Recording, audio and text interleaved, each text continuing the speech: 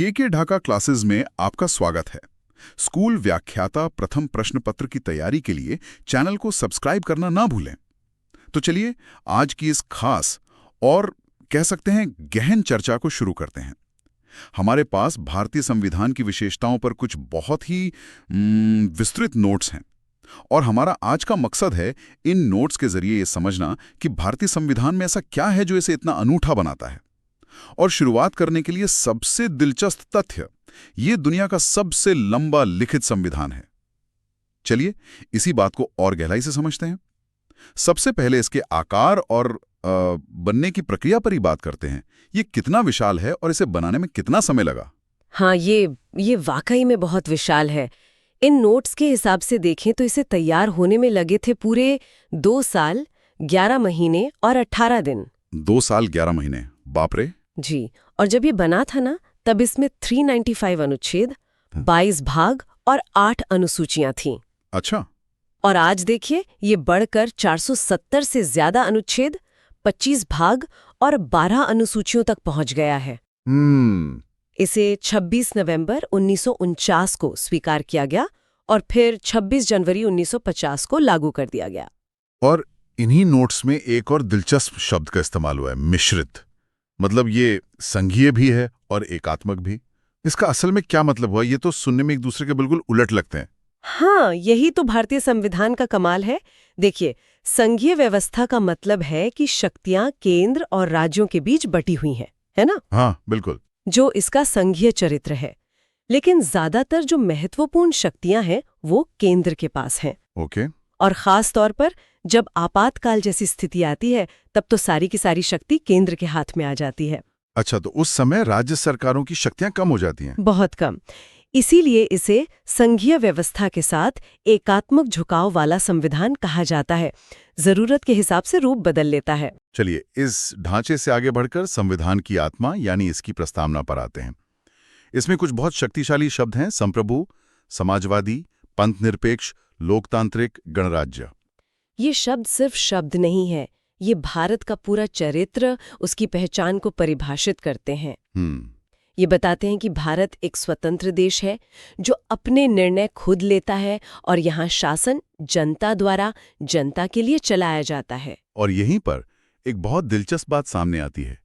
Notes बताते हैं कि समाजवादी, पंथनिरपेक्ष और अखंडता जैसे शब्द मूल प्रस्तावना में नहीं थे। बिल्कुल सही, ये मूल प्रस्तावना का हिस्सा नहीं थे। तो ये कब आए?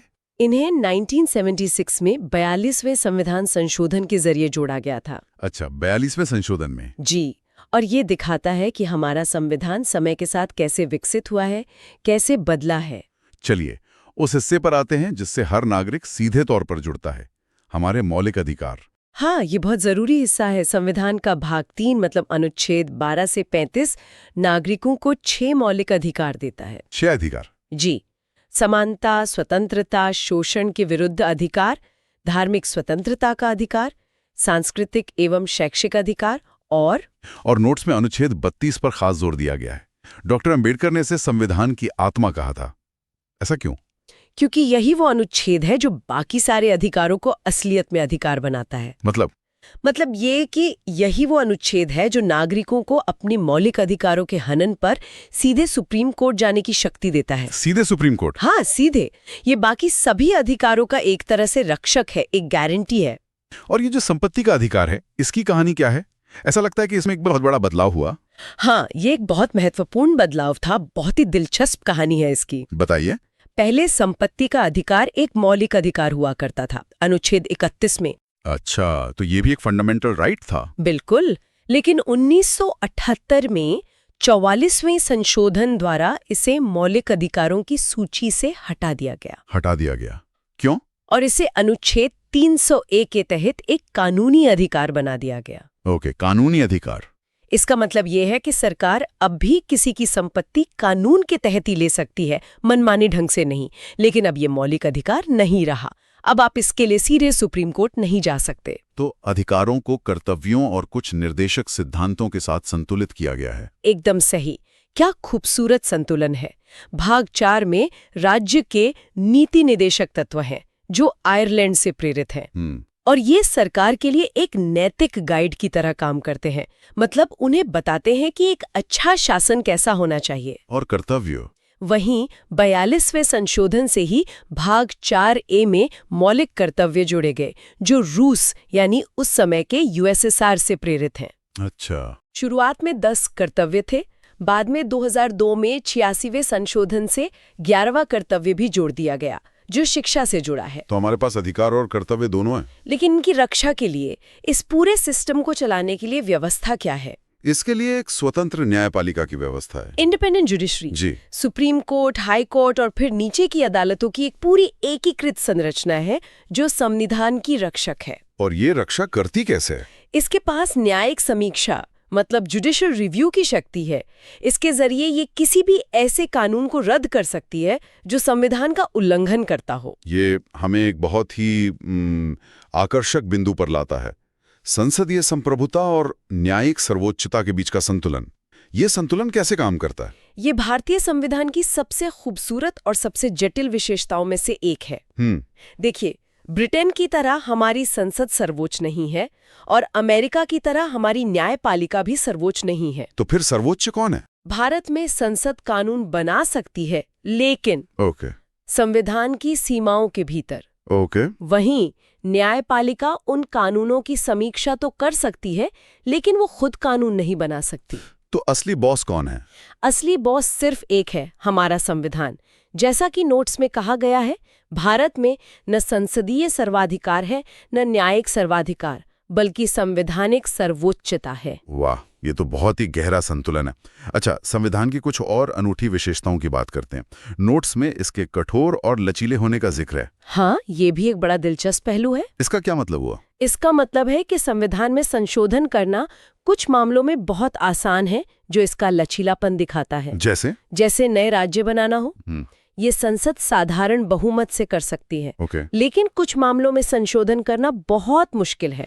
अच्छा, वो कौन से मामले हैं? जैसे मौलिक अधिकारों में बदलाव करना हो या केंद्र राज्य संबंधों को बदलना हो, उसके लिए विशेष बहुमत और कम से कम आधे राज्यों की सहमति चाहिए होती है। बाप रे, ये तो बहुत कठिन प्रक्रिया है। जी, और यही इसकी कठोरता है। ये संतुलन इसे एक जीवंत दस्तावेज बनाता है। नागरिकता के बारे में क्या खास है? भारत में एकल नागरिकता है। एकल नागरिकता? हाँ, मतलब आप किसी भी राज्य में रहते हो, आप सिर्फ भारत के नागरिक हैं। आपकी नागरिकता भारतीय है, ना कि राजस्थानी या महाराष्ट्रियन। अच्छा, ये अमेरिका से अलग है ना? बिल्कुल, वहाँ दोहरी नागरिकता होती है, एक केंद्र की और एक उस राज्य की जहाँ आप रहते हैं। तो इन सब का मतलब क्या है? ऐसा लगता है कि हमारा संविधान दुनिया भर के विचारों का एक गुलदस्ता है। बिल्कुल, और ये जानना बहुत जरूरी है कि हमारे संविधान निर्माताओं ने दुनिया के कई संविधानों से प्रेरणा ली। कहाँ से? जैसे ब्रिटेन से हमने संसदीय प्रणाली और कानून का शासन लिया। ठीक है। अमेरिका से मौलिक अधिकार, न्यायिक समीक्षा और राष्ट्रपति पर महाभियोग की प्रक्रिया ली। आयरलैंड से राज्य के नीति निदेशक तत्व लिए। अच्छा। कनाडा से एक मजबूत केंद्र के साथ संघीय व्यवस्था का विचार लिया। और भी हैं? हाँ, कई हैं। ऑस्ट्रेलिया से समवर्ती सूची ली। जर्मनी से आपातकाल के दौरान मौलिक अधिकारों के निलंबन का प्रावधान लिया। रूस से मौलिक कर्तव्य, दक्षिण अफ्रीका से संविधान संशोधन की प्रक्रिया और जापान से विधि द्वारा स्थापित प्रक्रिया। और सबसे बड़ा स्रोत तो भारत सरकार अधिनियम 1935 था। उससे संघीय योजना और न्यायपालिका जैसी कई चीजें जस की तस ले ली गईं। तो संक्षेप में अगर हम देखें तो भारतीय संविधान सिर्फ एक नियमों की किताब नहीं है। बिल्कुल नहीं। ये एक जीवंत दस्तावेज है जिसमें कठोरता और लचीलेपन का मिश्रण है। सही कहा। ये अधिकारों को कर्तव्यों के साथ संतुलित करता है और जो वैश्विक सर्वोत्तम प्रथाओं से प्रेरणा लेते हुए भी अद्वितीय रूप से भारतीय है। ये एक बेहतरीन सारांश है। इसकी असली प्रतिभा इतनी बड़ी विविधता वाले देश के लिए एक ऐसा ढांचा तैयार करने में है जो एकता को बढ़ावा देता है। और जाते जाते सुनने वालों के लिए एक विचार छोड़ जाते हैं। जरूर। संविधान ने दूसरे देशों से बहुत कुछ उधार लिया, तो क्या ये इसे एक उधार का थैला बनाता है, जैसा कुछ लोग कहते हैं? या फिर जिस तरह से इन विचारों को भारत के अनूठे संदर्भ में ढाला गया, वो इसे एक मौलिक और प्रतिभाशाली कृति बनाता है? इस पर सोचिएगा जरूर।